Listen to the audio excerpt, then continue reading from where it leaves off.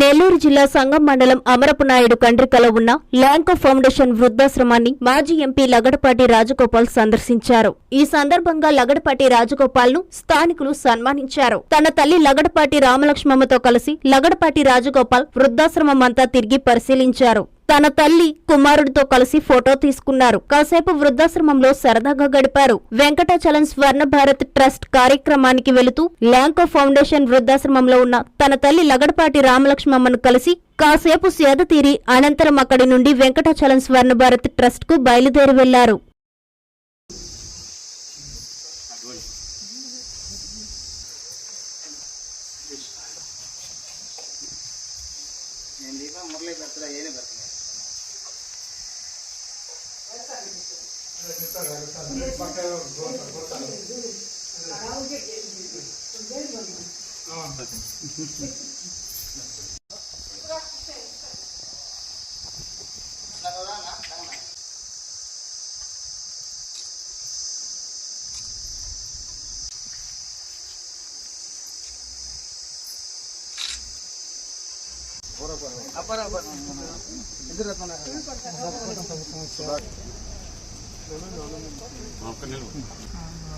ఇద్దరు తీసుకున్న తర్వాత